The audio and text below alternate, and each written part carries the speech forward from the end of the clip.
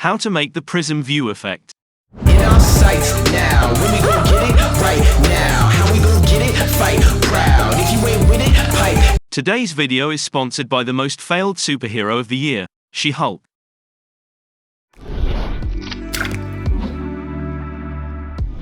Open your clip in the Fusion page and add a merge node.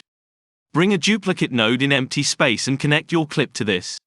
Set the copies to 5. Increase the size slider, and bring down the blend slider to 0.8.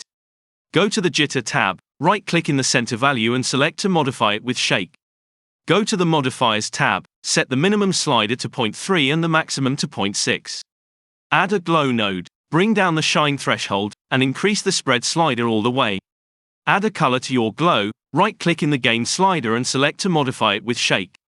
Go to the Modifiers tab, bring down the smoothness slider, set the minimum slider to 0.3 and the maximum to 0.9.